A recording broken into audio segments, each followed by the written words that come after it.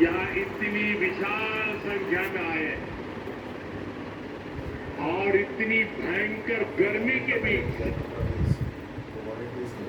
और आज इस कार्यक्रम से देश के 18 राज्य और केंद्र शासित प्रदेशों से भी लाखों लोग ऑनलाइन आज यहां हमारे साथ जुड़े हैं। अनेक राज्यों के राज्यपाल, मुख्यमंत्री, लेफ्टिनेंट गवर्नर, अन्य जनप्रतिनिधि आज हमारे साथ हैं। मैं देश भर से जुड़े सभी महानुभावों का, जनता जनार्दन का अभिनंदन करता हूं। भाई और बहनों, मैं यहाँ पर करणी माता का आशीर्वाद लेकर आपके बीच आया हूं। करणी माता के आशीर्वाद से विकसित भारत बनाने का हमारा संकल्प और मजबूत हो रहा है। थोड़ी देर पहले विकास से जुड़ी 26,000 करोड़ रुपए की परियोजनाओं का यहां शिलान्यास और लोकार्पण हुआ है। मैं इन परियोजनाओं के लिए देशवासियों को, राजस्थान के मेरे भाई बहनों को बहुत बहुत बधाई देता हूं। साथियों, विकसित भारत बनाने के लिए आज देश में आधुनिक इंफ्रास्ट्रक्चर बनाने का बहुत बड़ा महायज्ञ चल रहा है। हमारे देश की सड़कें आधुनिक हो, हमारे देश के एयरपोर्ट आधुनिक हो, हमारे यहाँ रेल और रेलवे स्टेशन आधुनिक हो, इसके लिए पिछले 11 साल में अभूतपूर्व गति से काम किया गया है। आप कल्पना कर सकते हैं, इंफ्रास्ट्रक्चर के इन कामों पर देश पहले जितना पैसा खर्च करता था, आज उससे 6 गुना ज्यादा पैसा खर्च कर रहा है। 6 गुना ज्यादा। आज भारत में हो रहे इन विकास कार्यों को देखकर दुनिया भी हैरान है। आप उत्तर में जाएंगे तो चिनाब ब्रिज जैसा निर्माण देखकर लोग हैरान हैं। पूर्व की तरफ जाएंगे तो अरुणाचल की सेला टनल, असम का बोगीबिल ब्रिज आपका स्वागत करते हैं।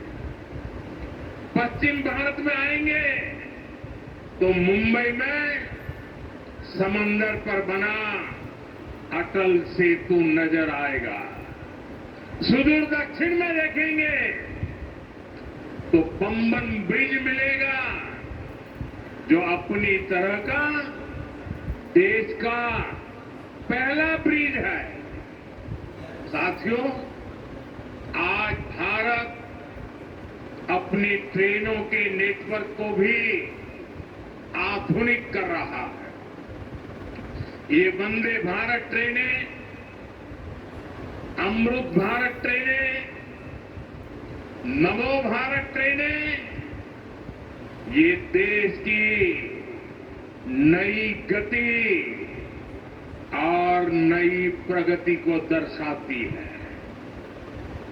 अभी देश में करीब 70 रूट पर वंदे भारत ट्रेनें चल रही है। इससे दूर सुदूर के इलाकों में भी आधुनिक रेल पहुंची है। बीते 11 साल में सैकड़ों रोड ओवरब्रिज और रोड अंडरब्रिज का निर्माण किया गया है। 34,000 किलोमीटर से ज्यादा के नए रेल ट्रैक बिछाए गए हैं। अब ब्रॉडगेज लाइनों पर मानव रहित क्रॉसिंग वो बात इतिहास बन चुकी है, खत्म हो चुकी है। हम मालगाड़ियों के लिए अलग से स्पेशल पटरियां, डेडिकेटेड फ्रेट कॉरिडोर का काम भी तेजी से पूरा कर रहे हैं।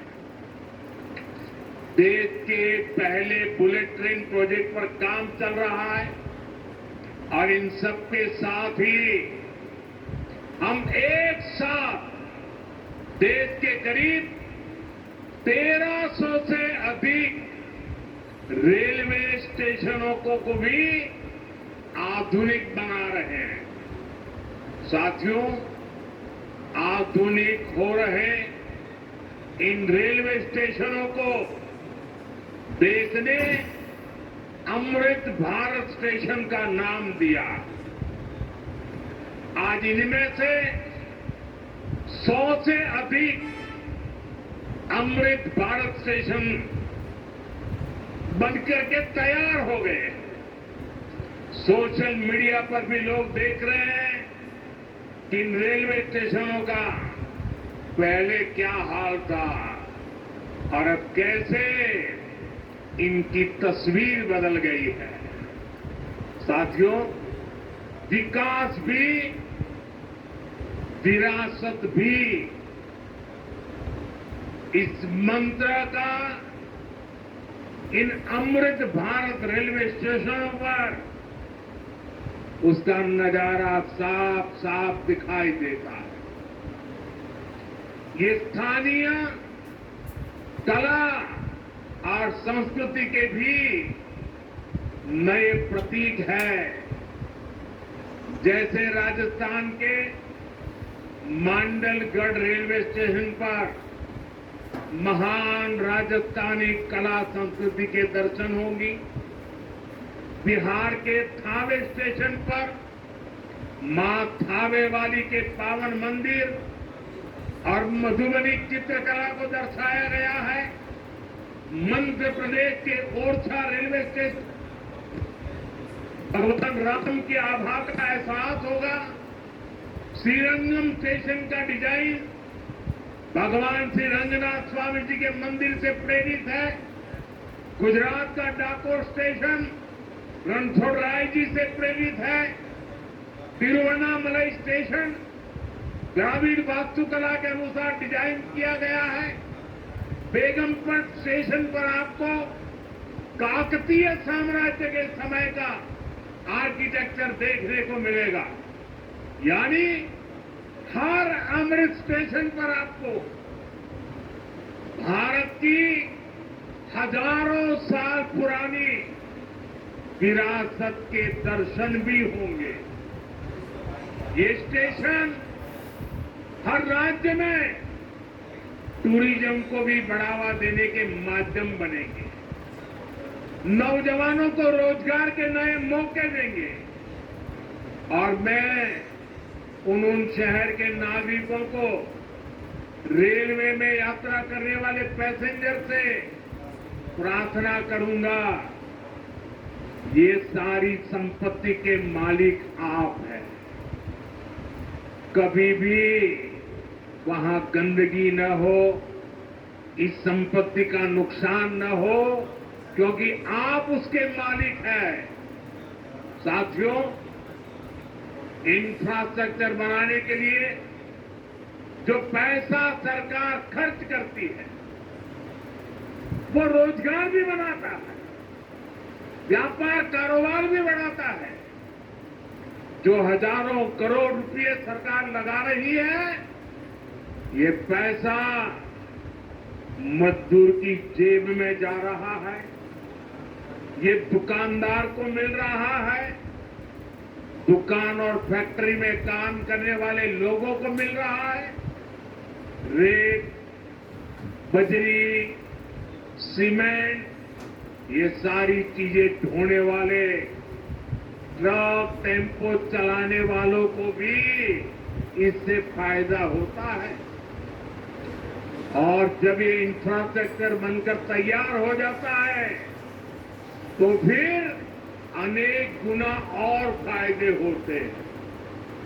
किसान की उपज कम कीमत में बाजार तक पहुंचती है, वेस्टेज कम होती है, जहां सड़कें अच्छी होती हैं, नई ट्रेनें पहुंचती हैं, वहां नए उद्योग लगते हैं, पर्यटन को बहुत बढ़ावा मिलता है।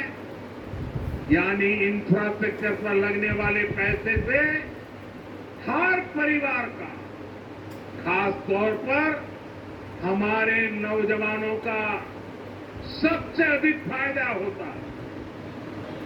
साथियों, इंफ्रास्ट्रक्चर पर जो काम हो रहा है उसका हमारे राजस्थान को भी बड़ा लाभ मिल रहा है। आज राजस्थान के गांव-गांव में अच्छी सड़कें बन रही हैं, बॉर्डर के इलाकों में भी शानदार सड़कें बन रही हैं। इसके लिए बीते 11 साल में अकेले राजस्थान में करीब 70,000 करोड़ रुपए खर्च किए गए हैं।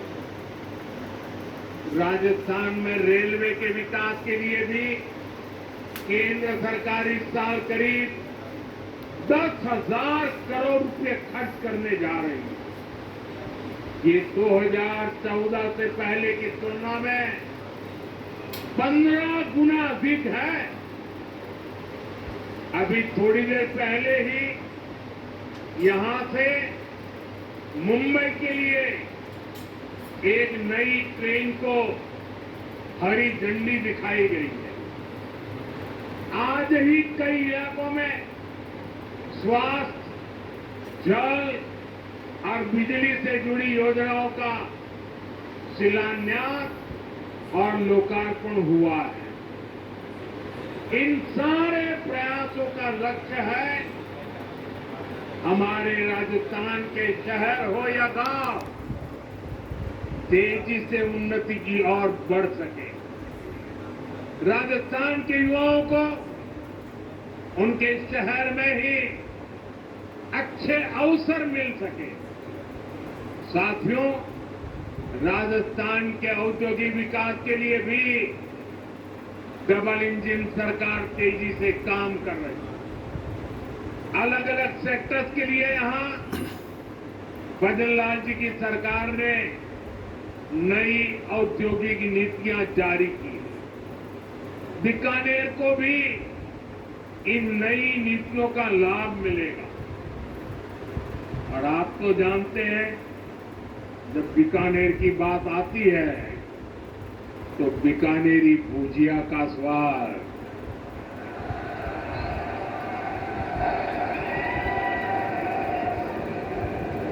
और बीकानेरी रसगुल्लों की मिठास,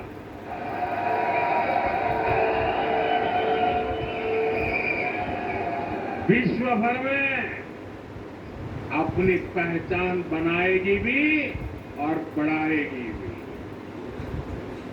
राजस्थान की रिफाइनरी का काम भी अंतिम चरण में है।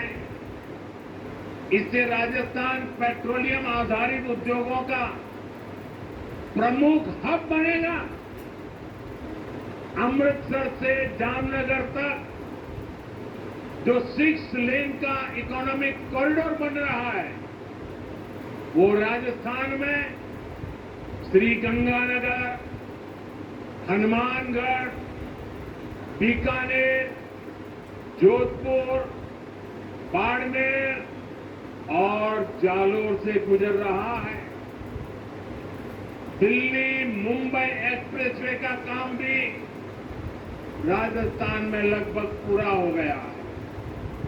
कनेक्टिविटी का ये अभियान राजस्थान में औद्योगिक विकास को नई ऊंचाई पर ले जाएगा।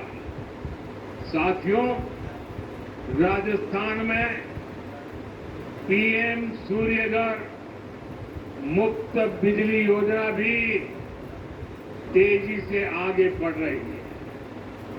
इस योजना से राजस्थान के 40,000 से ज्यादा लोग जुड़ चुके हैं। इससे लोगों का बिजली बिल 0 हुआ है और लोगों को सोलर बिजली पैदा करके कमाई का नया रास्ता भी मिला है। आज यहां बिजली से जुड़े कई प्रोजेक्ट का शिलान्यास और लोकार्पण हुआ। इनसे भी राजस्थान को और ज्यादा बिजली मिलेगी। बिजली का बढ़ता उत्पादन भी राजस्थान में औद्योगिक विकास को नई गति दे रहा है। साथियों, राजस्थान की भूमि रेत के मैदान में हरियाली लाने वाले महाराजा गंगा सिंह जी की भूमि है। हमारे लिए पानी का क्या महत्व है, यह इस क्षेत्र से बेहतर भला कौन जानता है। हमारे बीकानेर, श्रीगंगानगर, हनुमानगढ़, पश्चिम राजस्थान के ऐसे अनेक क्षेत्रों के विकास में पानी का बहुत बड़ा महत्व है। इसलिए एक तरफ हम सिंचाई परियोजनाओं को पूरा कर रहे हैं और साथ ही नदियों को जोड़ रहे हैं। पार्वती, काली सिंध, चंबल लिंक परियोजना से राजस्थान के अनेक जिलों को लाभ होगा। यहां की धरती, यहां के किसानों को फायदा होगा। साथियों,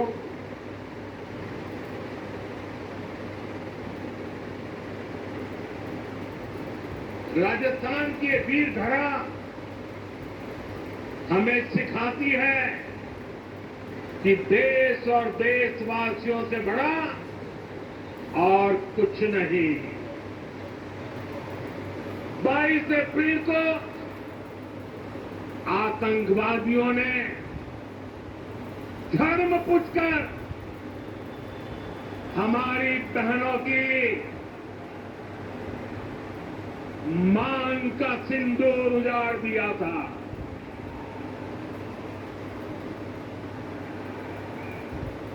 वो गोलियां पहलगाम में चली थी, लेकिन उन गोलियों से 140 करोड़ देशवासियों का सीना छलनी हुआ था।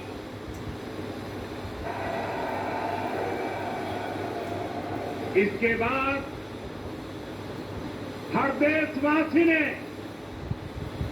एकजुट होकर संकल्प लिया था कि आतंकवादियों को मिट्टी में मिला देंगे, उन्हें कल्पना से भी बड़ी सजा देंगे। आज आपके आशीर्वाद से, देश की सेना के शौर्य से हम सब उस प्रण पर खरे उतरे हैं। हमारी सरकार ने तीनों सेनाओं को खुली छूट दे दी थी।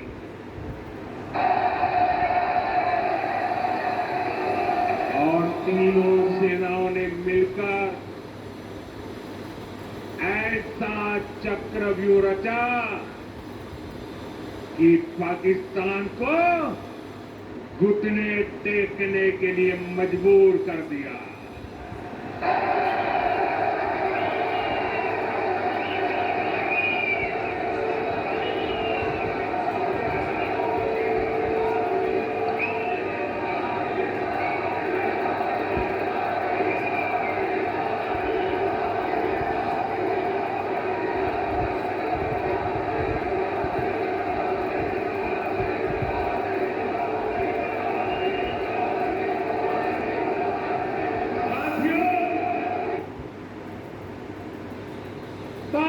तारीख के हमले के जवाब में हमने 22 मिनट में आतंकियों के 9 सबसे बड़े ठिकाने तबाह कर दिए।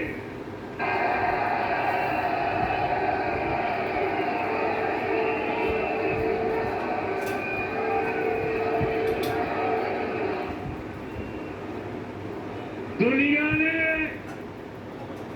और देश के दुश्मनों ने भी देख लिया कि जब सिंदूर बारूद बन जाता है तो नतीजा क्या होता है।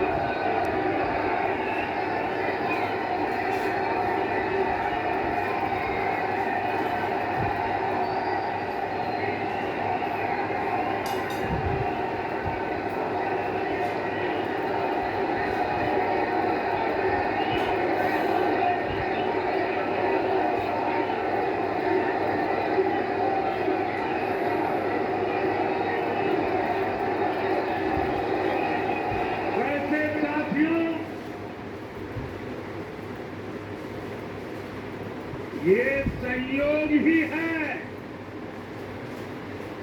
7 साल पहले जब बालाकोट में देश ने एयर स्ट्राइक की थी, उसके बाद मेरी पहली जनसभा राजस्थान में ही सीमा पर हुई थी।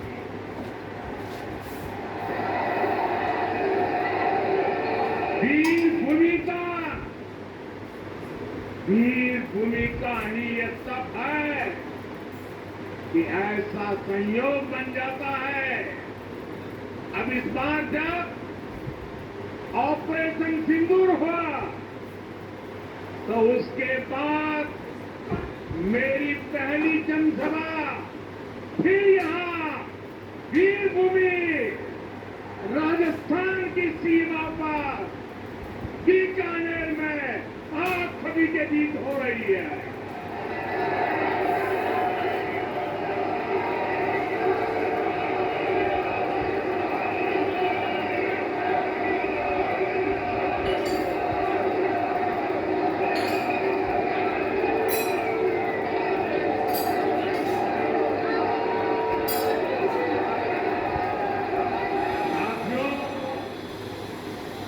शुरू में मैंने कहा था,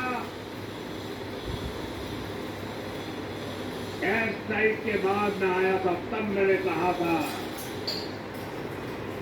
सौगंध मुझे इस मिट्टी की, मैं देश नहीं मिटने दूंगा, मैं देश नहीं झुकने दूंगा।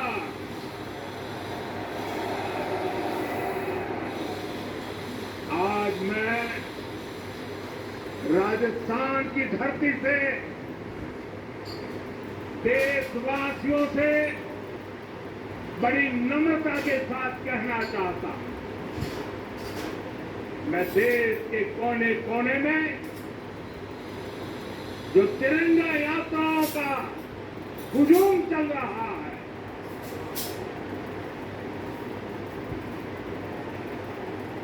मैं देशवासियों से कहता हूं,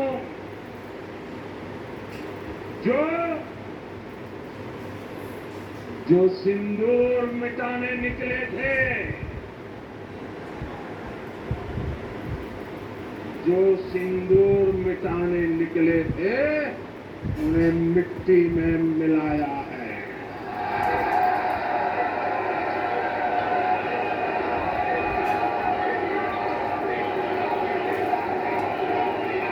जो हिंदुस्तान का लहू बहाते थे,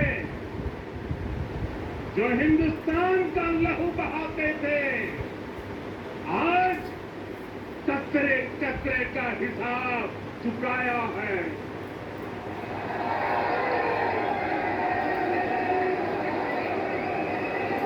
जो सोचते थे भारत चुप रहेगा, आज वो घरों में डूब डूब के पड़े हैं।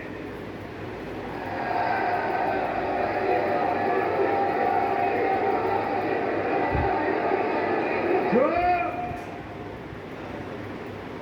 अपने हथियारों पर घमंड करते थे, जो अपने हथियारों पर घमंड करते थे, आज वो मलबे के ढेर में दबे हुए हैं।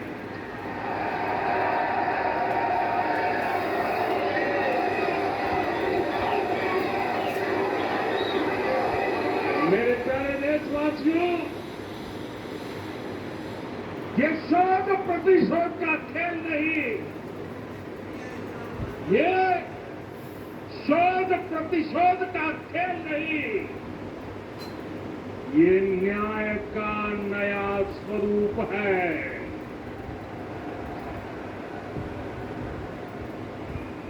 ये न्याय का नया स्वरूप है।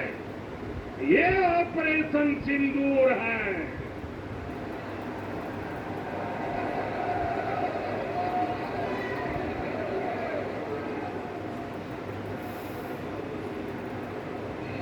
ये सिर्फ आक्रोश नहीं है, ये सिर्फ आक्रोश नहीं है, ये समर्थ भारत का रौद्र रूप है। ये भारत का नया स्वरूप है।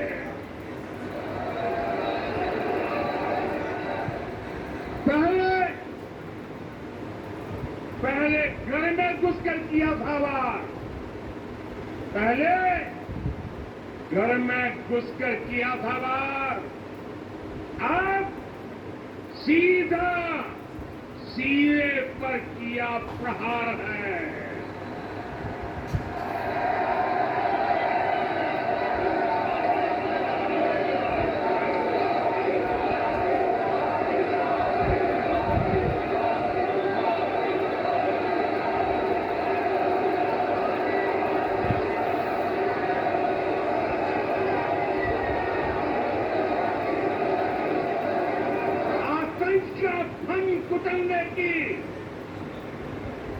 आतंक का फन कुचलने की यही नीति है, यही रीति है, यही भारत है, नया भारत है।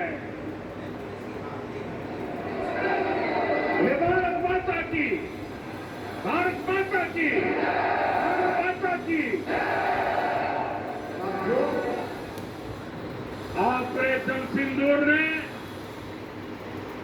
आतंकवाद से निपटने के 3 सूत्र तय कर दिए हैं। पहला, भारत पर आतंकी हमला हुआ तो करारा जवाब मिलेगा।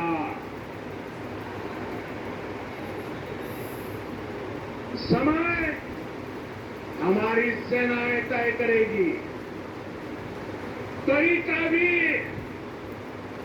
हमारी सेनाएं तय करेगी और शर्तें भी हमारी होगी। दूसरा, एटम बम की गीदड़ बत्तियों से भारत डरने वाला नहीं है। और तीसरा, हम आतंक के आकाओं और आतंकी सरपरस्त सरकार को अलग अलग नहीं देखेंगे, उन्हें अलग अलग नहीं देखेंगे, उन्हें एक ही मानेंगे। पाकिस्तान का ये स्टेट और नॉन स्टेट एक्टर वाला खेल अब नहीं चलेगा। आपने देखा होगा पूरी दुनिया में पाकिस्तान की पोल खोलने के लिए हमारे देश के साथ अलग अलग प्रतिनिधिमंडल पूरे विश्व भर में पहुंच रहे हैं। और इसमें देश के सभी राजनीतिक दलों के लोग हैं, विदेश नीति के जानकार हैं, गणमान्य नागरिक है। अब पाकिस्तान का असली चेहरा पूरी दुनिया को दिखाया जाएगा। साथियों, पाकिस्तान भारत से कभी सीधी लड़ाई जीत ही नहीं सकता। जब भी सीधी लड़ाई होती है तो बार बार पाकिस्तान को मुंह की खानी पड़ती है। इसलिए पाकिस्तान ने आतंकवाद को भारत के खिलाफ लड़ाई का हथियार बनाया है।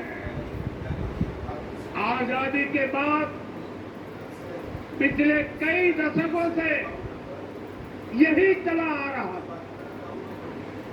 पाकिस्तान आतंक फैलाता था, निर्दोष लोगों की हत्याएं करता था, भारत में डर का माहौल बनाता था।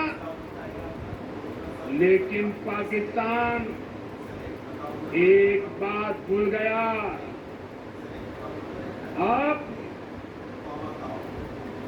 मां भारती का सेवक मोदी यहां सीना तान कर खड़ा है।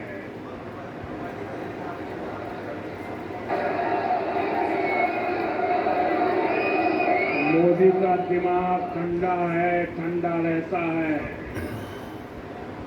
लेकिन मोदी का लहू गर्म होता है।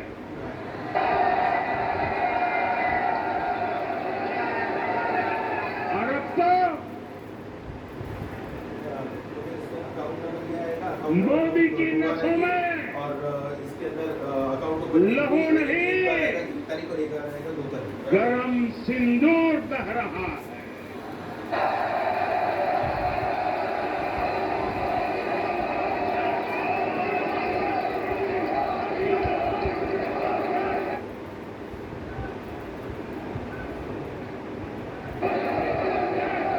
अब भारत ने दो टूक साफ कर दिया है।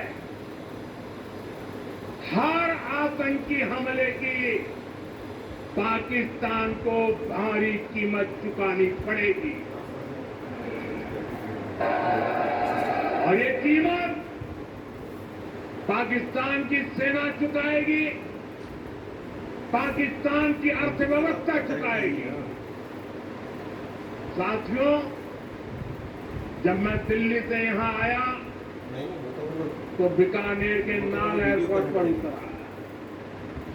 पाकिस्तान ने इस एयरबेस को भी निशाना बनाने की कोशिश की थी, लेकिन वो इस एयरबेस को रत्ती भर भी नुकसान नहीं पहुंचा पाया। और वहीं यहां से कुछ ही दूर सीमा पार पाकिस्तान का रहीम यार खान एयरबेस है। पता नहीं आगे कब खुलेगा। आईसीयू में पड़ा है। भारत की सेना के अचूक प्रहार ने इस एयरबेस को तहस नहस कर दिया है। साथियों, पाकिस्तान के साथ न ट्रेड होगा न टॉक। अगर बात होगी तो सिर्फ पाकिस्तान के कब्जे वाले कश्मीर की पीओके की।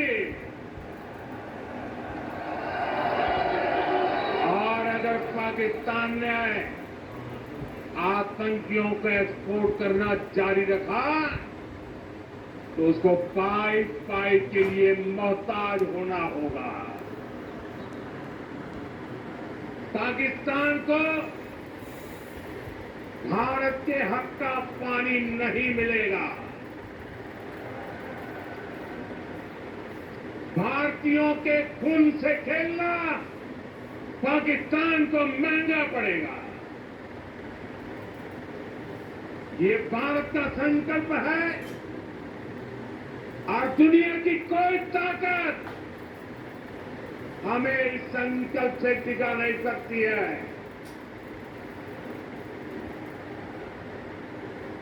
भाइयों और बहनों, विकसित भारत के निर्माण के लिए सुरक्षा और समृद्धि दोनों जरूरी है। ये तभी संभव है जब भारत का कोना कोना मजबूत होगा। आज का ये कार्यक्रम भारत के संतुलित विकास का, भारत के तेज विकास का उत्तम उदाहरण है। एक बार फिर इस वीर धरा से सभी देशवासियों को बधाई देता हूं। मेरे साथ बोलिए, दोनों मुट्ठी बंद करके पूरी ताकत से बोलिए, भारत माता की जय। भारत माता की जय। भारत माता की जय। वंदे मातरम। वंदे मातरम।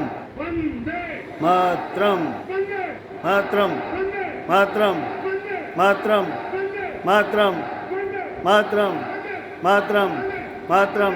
मातरम। मातरम।